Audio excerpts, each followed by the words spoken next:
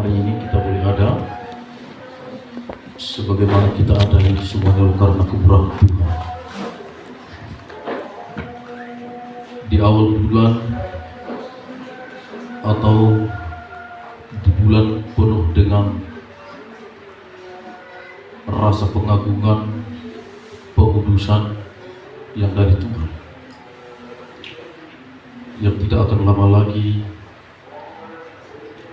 kita sebagai anak Tuhan, umat Kristen secara khusus, menyaksikan bagaimana Tuhan memperjuangkan hidup kita, menebus kita dari setiap perkara dan dosa kita yang tidak terbilang dan yang tidak terbayar dengan angka apapun. Waktunya kita harus mempersiapkan diri. Waktunya kita harus mengerti tentang bagaimana kesucian atau kekudusan yang daripada Tuhan. Saya akan membawa firman Tuhan bagi kita sebelum kita akan berdoa kepada Allah. Walaupun nanti hambanya Bapak Pendeta kita tiba dengan terlambat karena ada acara di gereja kita yang ada di ABC. Mari kita buka Alkitab kita dari kitab Ibrani pasal yang ke-12 ayat yang ke-14 sampai yang ke-15. Ini firman sama seperti yang dikatakan Ibu MC tadi, akan menggembleng kita untuk hari ini. Pasal yang ke-12 ayat yang ke-14 dan ayat yang ke-15 dalam kitab Ibrani kami akan bacakan. Berusahalah hidup damai dengan semua orang dan kerjakanlah kekudusan, sebab tanpa kekudusan tidak seorang pun akan melihat Tuhan. Jagalah supaya jangan ada seorang pun menjauhkan diri dari kasih karunia Allah, agar jangan tumbuh akar yang pahit yang menimbulkan kerusuhan dan yang mencemarkan banyak orang. Puji Tuhan. Haleluya.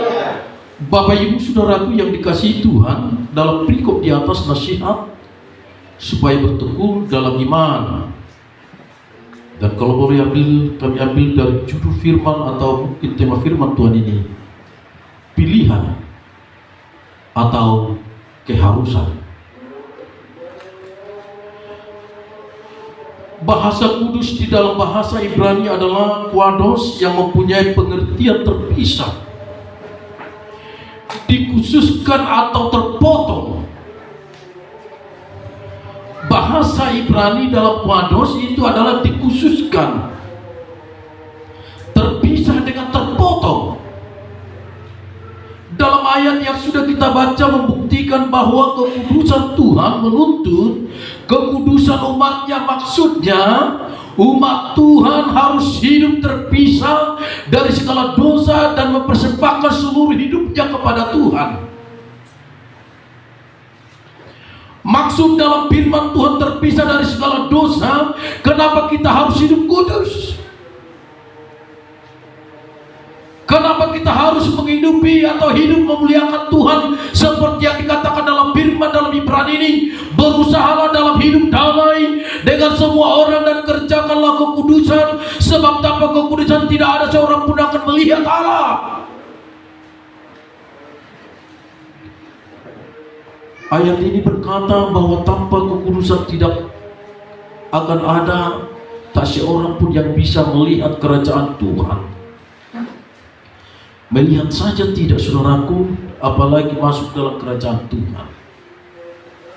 Holan maberek pedang bui, apalagi dohot bohon, Tuhan aja di dewata.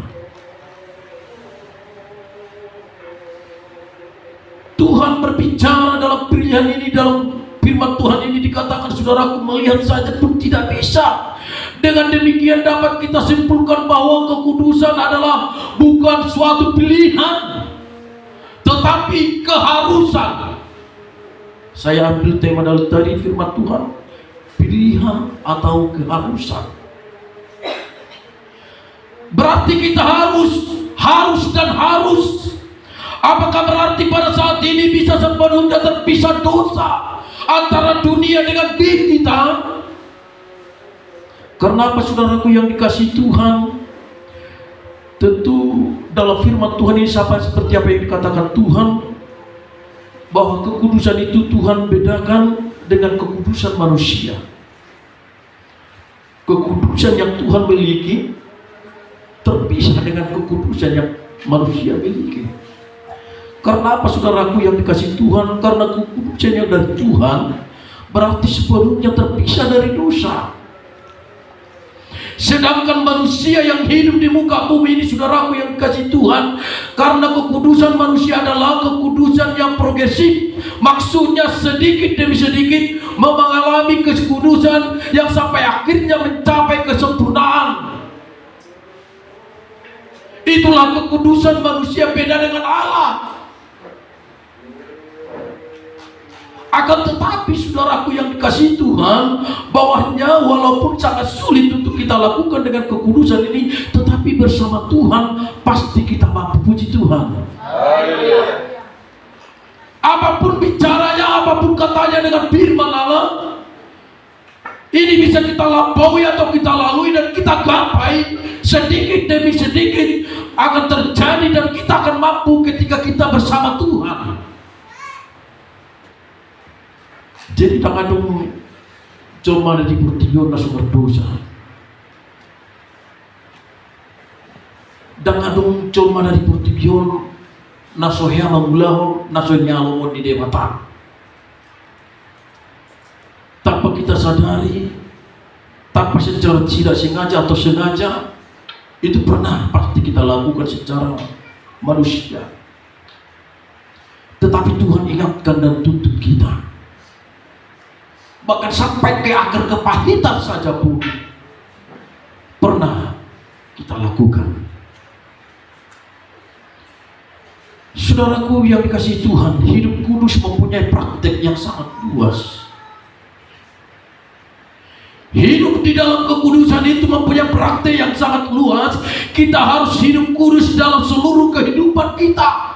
Misalnya, saudara yang dikasihi Tuhan, dalam penampilan secara manusia sebagai anak Tuhan juga ini harus diperhatikan, bahwa itu menunjukkan jati diri kita, identitas kita, legalitas kita sebagai orang Kristen. Salah satu penampilan harus kita tunjukkan sebagai anak Tuhan, supaya kita dimasuk dalam kategori hidup dalam kekudusan.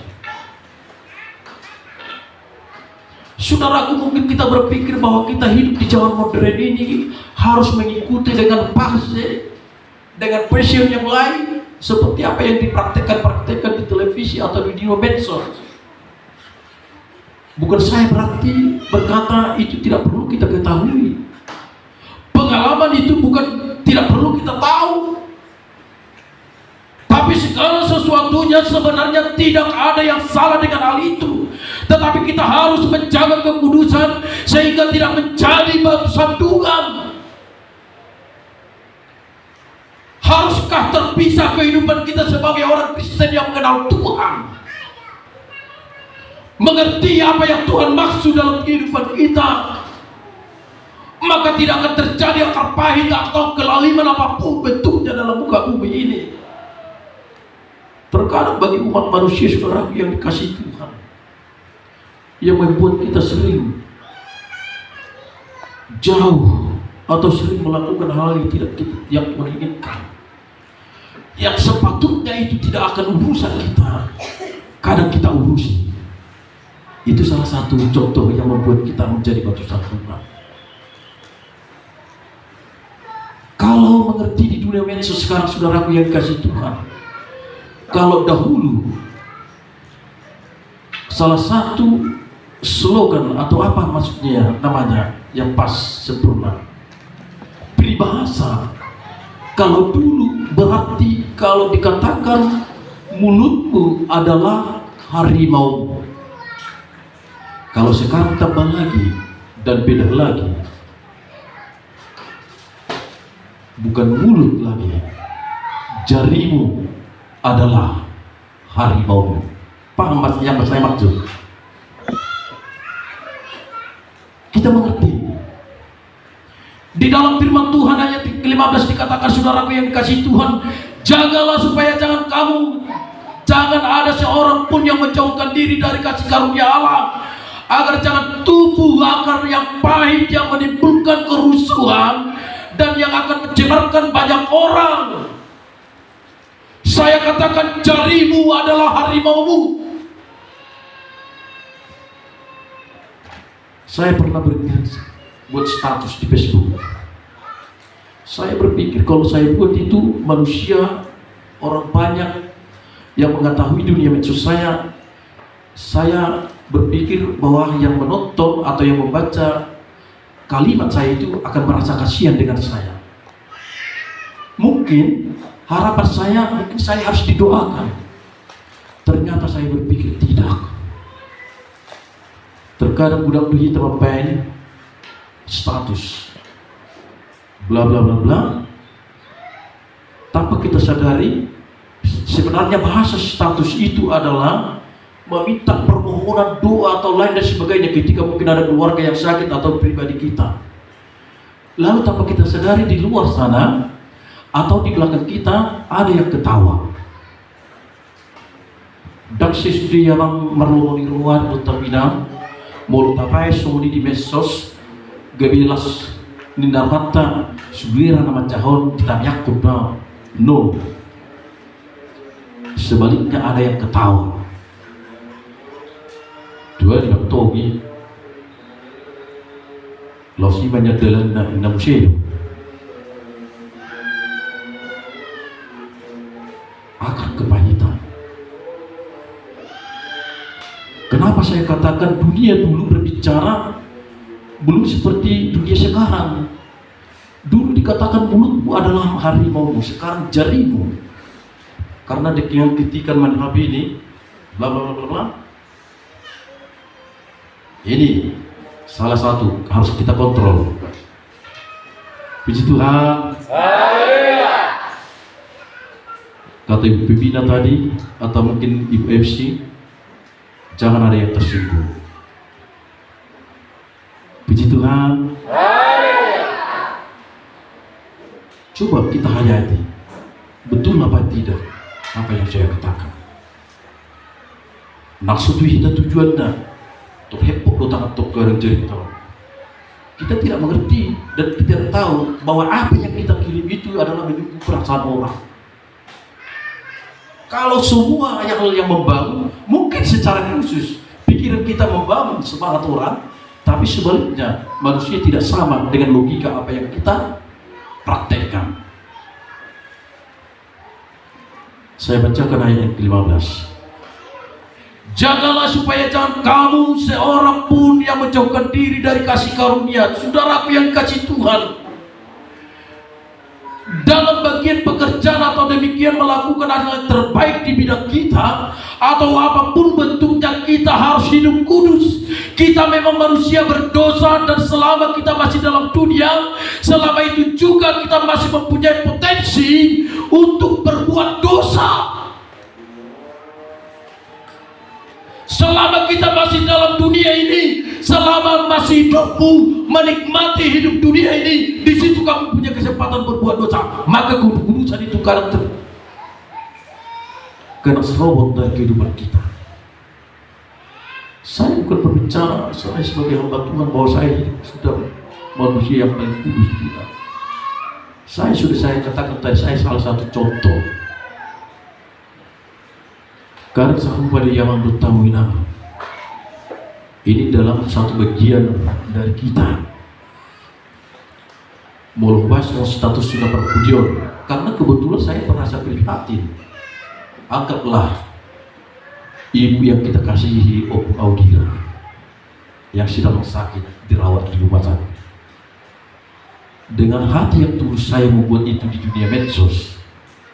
Mungkin Bapak Ibu dapat menanggapi dengan bahasa yang positif, tapi di balik itu saya tidak ngerti. Betul nggak? Jadi bukan hanya di medsos, Facebook. Itu hanya dalam satu contoh.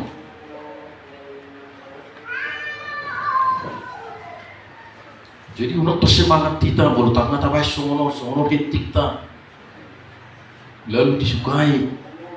Ngerasa kita belum nggak disukai loh, baru wahana ditangkapi dong. Tapi nak tahu tiba sekolah ini, tapi nasi udah bagian dong. Aku sudah mulai belajar dan harus hati-hati. Jadi bahasa ini sederhana, rambut sama hitam, roh isi nang botol saya.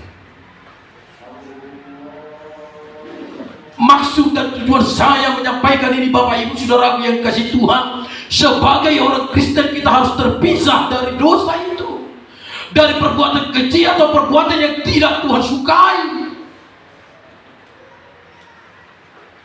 Tapature mapangarangeta sa di halaman debatahita.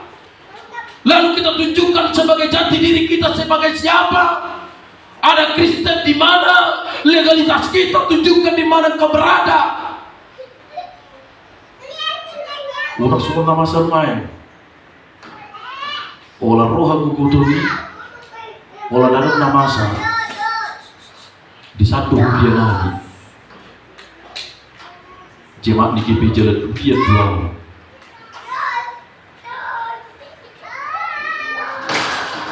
Apa yang Bapak Ibu tahu saat yang sekarang yang kita hadapi?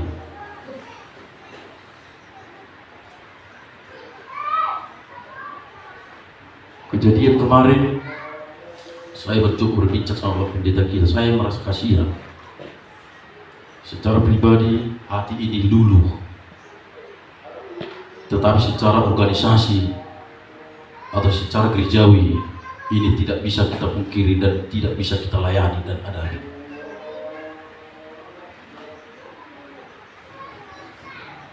Ibu yang kita kasihi mulai secara hacul maun dan ibu tong kudi dan buruk kudi bui dulu hono kusongoni alai secara struktur dan keadaan kematian itu tidak bisa atau menjadi keharusan yang harus kita hadapi.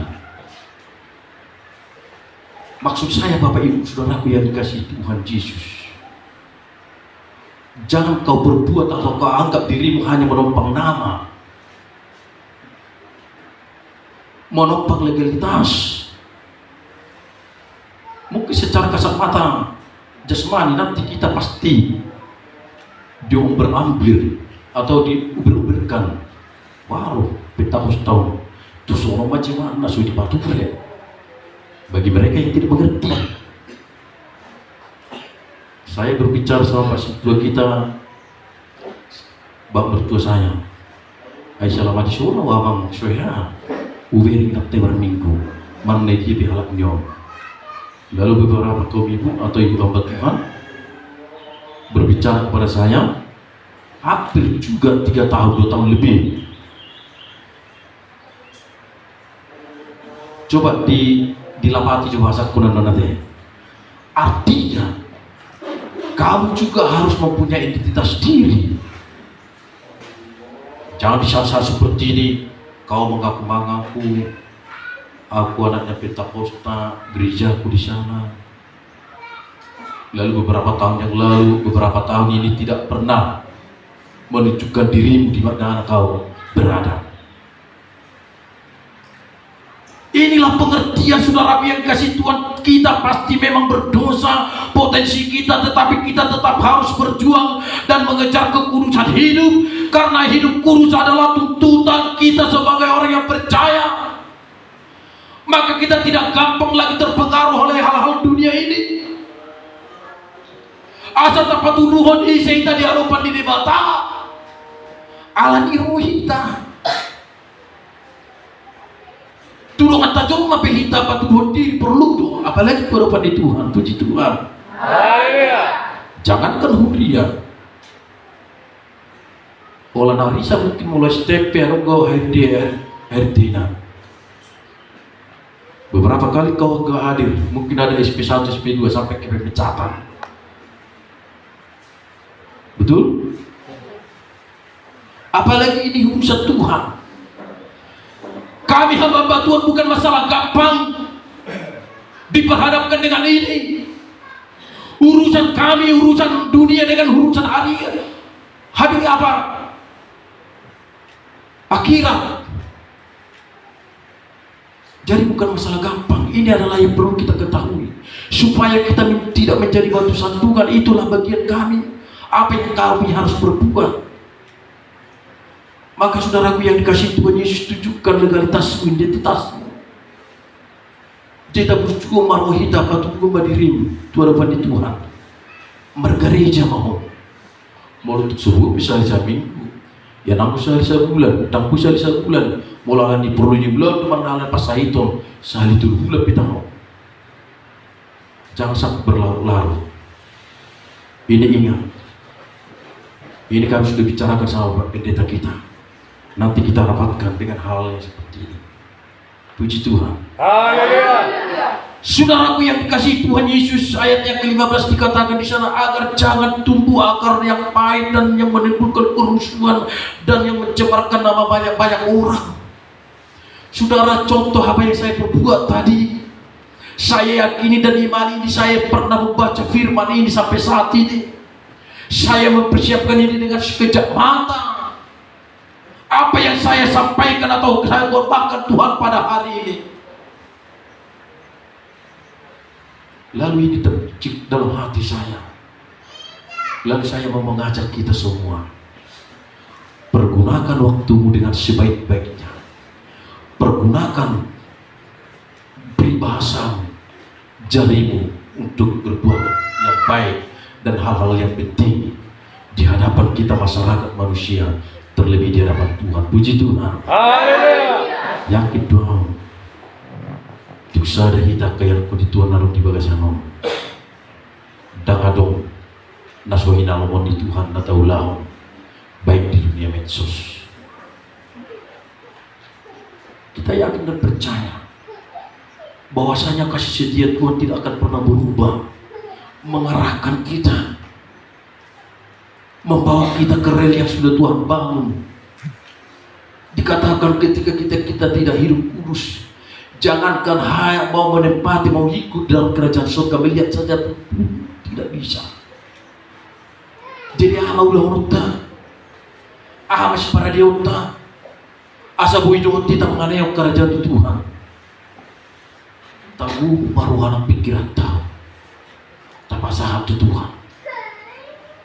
Asa marhiti aku itu di perbadi kita di paturi-turi. Asa bui kita do maniaw harajau di Tuhan, no pinaradina tuita karena percaya di Tuhan. Tak puji Tuhan. Haleluya. Oleh karenanya saudaraku yang kasih Tuhan, hari demi hari, minggu, bulan, bahkan tahun, saya yakin dan percaya firman Tuhan ini tidak akan pernah berubah untuk mengingatkan kita. Saya berulang kali berbicara tentang firman Tuhan. Dari dahulu saya mengerti bahasa saja. Jangankan mengerti tentang membaca, hanya mengerti tentang pendengaran saja pun, firman ini sudah pernah saya dengar. Dan sampai Maranatha Tuhan datang yang kedua kali, firman Tuhan ini tidak akan pernah berubah. Mengingatkan saya dan saudara, menegur kita, mengintrospeksi diri kita. Maka supaya jangan terjadi hal yang demikian yang dikatakan dalam firman Tuhan ini, mari kita bersama-sama membangun hubungan yang baik, hidup dalam kehidupan yang berdamai di hadapan Tuhan, hidup di dalam kekudusan supaya kehidupan kita tidak tercemar dengan mencemarkan banyak orang di tengah-tengah persekutuan. Hal yang kita lakukan seperti ini, persekutuan yang kita lakukan ini, Bapak Ibu Saudaraku yang kasih Tuhan, persekutuan berbicara atau menyatakan tentang kekudusan. Jangan nampak memeyang. Banyak yang harus kita pertaruhkan. banyak harus yang kita tanggung. Tapi sebelumnya tidak seberapa apa yang kau tanggung dalam dunia ini dibanding apa yang Tuhan tanggung sampai kita ditebus dengan darah yang mahal.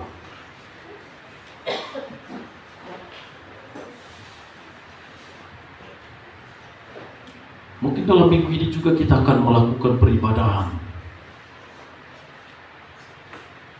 Bahkan pasca nanti hari minggu yang akan datang juga kita lakukan.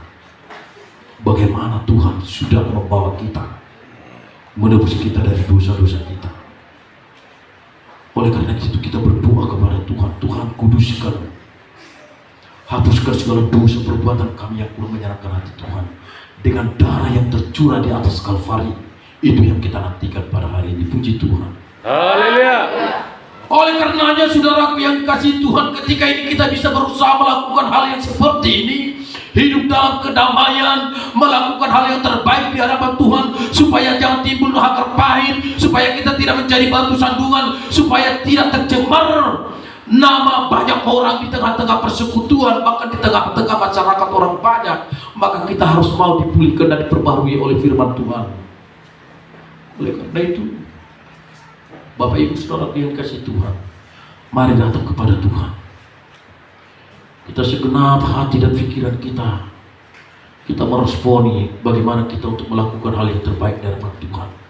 Karena hidup kudus adalah tuntutan kita sebagai orang yang percaya, supaya kita samakan, supaya tidak akan terpisah lagi kekudusan Tuhan dengan kekudusan kita. Maunya kita biar kita sama dengan kekudusan yang daripada Tuhan. Itu yang mau kita raih, Bapak Ibu Saudara yang kasih Tuhan. Maka terpisahlah bagi orang yang tidak mengerti dan tidak pernah mendengar dan tidak pernah mengalami tentang kebenaran firman Tuhan hingga sampai saat ini. Lakukanlah yang terbaik dan hiduplah dalam kekudusan dengan kasih karunia Tuhan. Saudaraku yang dikasihi Tuhan Yesus, kita tidak lupa juga nanti akan tetap berdoa kepada Tuhan. Kalaupun tadi tidak ada yang bersaksi, ini adalah melanjutkan kesaksian kami di minggu atau mungkin beberapa hari yang lalu dalam ibadah keluarga kami yang lalu. Sepengetahuan kami sampai saat ini yang dalam perkumpulan kita, ibu yang kita kasih, Ibu Pengaudira, tetap masih dirawat dalam rumah sakit. Kalau Kamis yang lalu saya bersaksi atau mungkin saya menyaksikan, ibu tersebut sudah cuci darah pertama dan ini sudah melakukan cuci darah yang kedua. Kita selalu bawa ke dalam doa. Kiranya dengan kerinduan kita, dengan doa kita, tetesan air mata kita, apapun maunya Tuhan, apapun yang harus Tuhan berikan berkatnya atau kesembuhan itu, saya yakin dan percaya ketika kita bersatu hati, Tuhan akan nyatakan mujizat dan kuasanya. Puji Tuhan. Haleluya. Una marnalu jahita. Manangnya kuna kadoman sabur syaitan. Molotu peado. Dongata nasupadagan nami akan aposo di Tuhan nataboto marsali. Buat di bawah setan yang masih paturi-turi yang kita. Asa masyaminan minang kita. Idonan yang halomon di Tuhan Yesus. Puji Tuhan. Haleluya. Oleh karena itu, sedikit daripada firman Tuhan yang saya bawakan ini adalah bukan hanya sebagai pilihan, tapi adalah menjadi keharusan yang mau kita lakukan. Puji Tuhan.